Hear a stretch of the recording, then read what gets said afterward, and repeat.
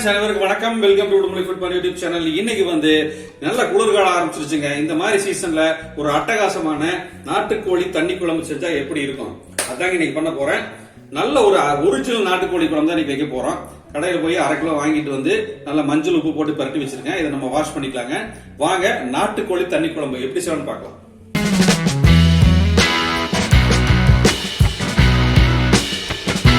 இந்த குழம்புக்கு பாத்தீங்கன்னா ஒரு ட்ரை ரோஸ்ட் பண்ணி ஒரு பவுடர் அரைக்க போறாங்க. அடுத்தது வந்து ஒரு பேஸ்ட் அரைக்க போறோம். ஃபர்ஸ்ட் வந்து ட்ரை ரோஸ்ட் பண்ண பவுடர் அரைச்சிடலாம். இதுக்கு வந்து எண்ணெய் ஊத்த வேண்டாங்க. 2 டேபிள் ஸ்பூன் வந்து மல்லி விதை சேர்த்திக்கலாம்.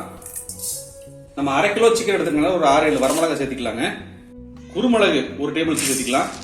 1/2 டேபிள் ஸ்பூன் வந்து சீரகம் சேர்த்திக்கலாம். 1/2 டேபிள் ஸ்பூன் வந்து பெருஞ்சீரகம் சேர்த்திக்கலாங்க. 2-3 பட்டைத்துண்டு, 4-5 கிராம்பு இதெல்லாம் சேர்த்தி நல்லா ட்ரை ரோஸ்ட் பண்ணிக்கலாம்.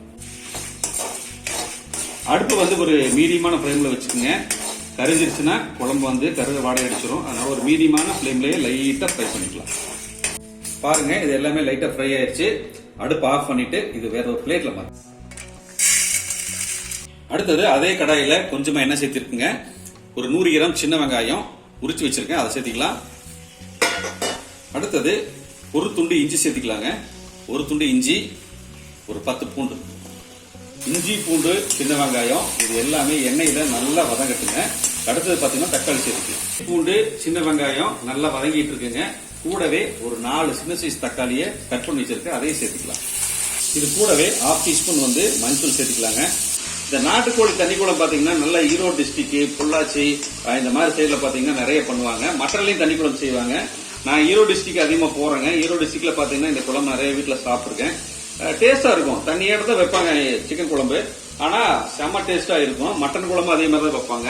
நானும் அதே தான் நான் இன்னைக்கு செஞ்சு காட்ட போறேன். வீட்டுல இருக்கிற பொருளை வச்சு தாங்க பண்றோம். பாருங்க, இஞ்சி, பூண்டு, வெங்காயம், தக்காளி நல்லா வதங்கிருச்சு. இதை எடுத்து நம்ம ஒரு ஃபைன் பேஸ்டா அரைச்சு எடுத்துக்கலாங்க. இப்ப பாத்தீங்கன்னா அதுக்குள்ள நான் வந்து இந்த நம்ம ட்ரை ரோஸ்ட் பண்ண இன்கிரீடியன்ஸ் எல்லாம் நான் வந்து பவுடரா அரைச்சு எடுத்துட்டேன். ஒரு 90% நல்லா நைஸா அரைச்சு எடுத்துருக்கேங்க. அடுத்தது இதையும் நம்ம ஒரு பேஸ்டா அரைச்சு எடுத்துக்கலாம். பாருங்க, இந்த மாதிரி ஒரு ஃபைன் பேஸ்டா அரைச்சாச்சுங்க. இப்ப நம்ம நாட்டுக்கோழி தண்ணி குழம்பு செய்ய ஆரம்பிச்சிடலாம். இன்னைக்கு வந்து நாட்டுக்கோழி தண்ணி குழம்பு பாத்தீங்கன்னா குக்கர்ல செய்ய போறோங்க. ஏன்னா இது வந்து நல்ல ஒரிஜினல் நாட்டுக்கோழி. இது கொஞ்சம் குக்கிங் டைம் ஜாஸ்தி எடுக்கும். அதனால இன்னைக்கு வந்து குக்கர்ல தான் செய்ய போறோங்க. இப்ப எண்ணெய் ஊத்தி எண்ணெய் சூடாயிட்டு இருக்குது. நம்ம வந்து வெங்காயம் சேர்த்துக்கலாம். 100 கிராம் சின்ன வெங்காயம், கொஞ்சமா கருவேப்பிலை, தாளிப்புக்கு 3 வரமிளகாய்ங்க.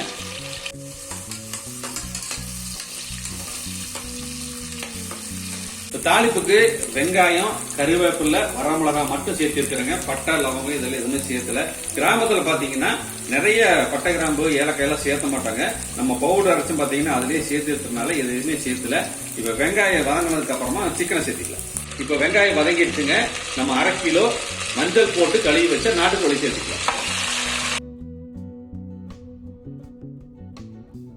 இந்த நாட்டுக்கோழி பாத்தீங்கன்னா எண்ணெயிலேயே ஒரு 5 நிமிஷம் நல்லா வதங்கட்டுங்க. அதுக்கப்புறம் ஒவ்வொன்றா மசாலா சேர்த்துக்கலாம். நாட்டுக்கோழி ஓரளவுக்கு வதங்கிடுச்சுங்க. நம்ம வந்து ட்ரை ரோஸ்ட் பண்ண பவுடரை ஒரு 2 டேபிள் ஸ்பூன் சேர்த்துக்கலாம். ஃபுல்லா சேர்த்த வேண்டாம். பவுடர் சேர்த்ததுக்கு அப்புறமா ஒரு 1 நிமிஷம் நல்லா பரட்டி விட்டுலாங்க.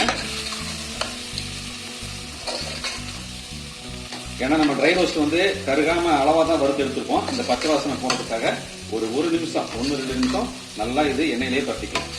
அடுத்தது மசால் பேஸ்ட் சேர்த்திக்கலாங்க. மசால் பேஸ்ட் சேர்த்தியாச்சுங்க. கொஞ்சமா தண்ணி சேர்த்திக்கலாங்க. சேர்த்திட்டு ஒரு தடவை நல்லா கலந்துக்கலாங்க.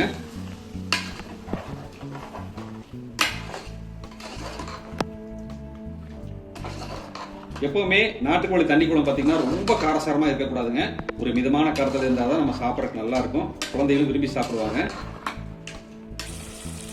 இப்ப மசாலா பேஸ்ட் சேர்த்ததுக்கு அப்புறமா சிக்கனோட சேர்ந்து நல்லா வெந்துட்டு இருக்குங்க.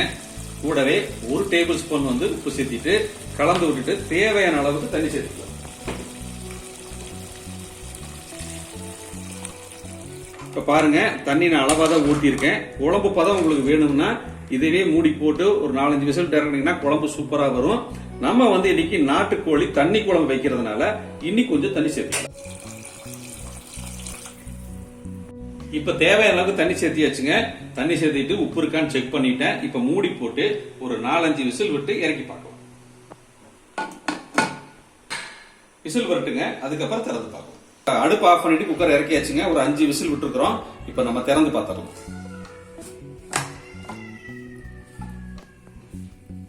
ஆஹா, மணக்க மணக்க நாட்டுக்கோழி தண்ணி குழம்பு ரெடி ஆயிடுச்சுங்க. நல்ல கமகமன் வாசனை வருது. இந்த வாசனை இன்னும் கொஞ்சம் அதிகப்படுத்துறதுக்காக கொஞ்சமா கொத்தமல்லி இலை தூவிக்கலாம். இப்ப கொத்தமல்லி இலை தூவுனதுக்கு அப்புறமா ஒரு 2-3 தடவை நல்லா கலந்து விட்டுக்கலாங்க.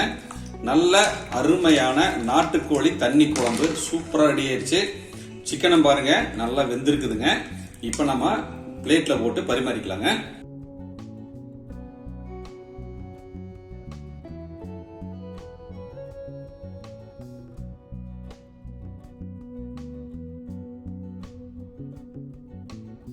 அவ்வளவுதாங்க, செம்மையான ஒரு நாட்டுக்கோழி தண்ணி குழம்பு உங்களுக்கு செஞ்சு காமிச்சிருக்கேன். இதே மாதிரி நீங்களும் ட்ரை பண்ணி பாருங்க. செம்ம கலக்கலா இருக்கும். இது நல்ல ஒயிட் ரைஸுக்கு தான் சூப்பரா இருக்கும். இல்ல நீங்க சூப் மாதிரி குடிக்கலாம். இப்ப நீங்க கொஞ்சம் தேங்காய் அரைச்சதுல ஊத்துனீங்கன்னா ஒரு இட்லி தோசை இந்த மாதிரி குழம்பு சூப்பரா இருக்குங்க. இந்த வீடியோ பிடிச்சிருந்தா லைக் ஷேர் பண்ணுங்க, கமெண்ட் பண்ணுங்க, மறக்காம எங்க சேனலுக்கு சப்போர்ட் பண்ணுங்க, சப்ஸ்கிரைப் பண்ணுங்க. நன்றி, வணக்கம். அடுத்த வீடியோல பார்ப்போம்.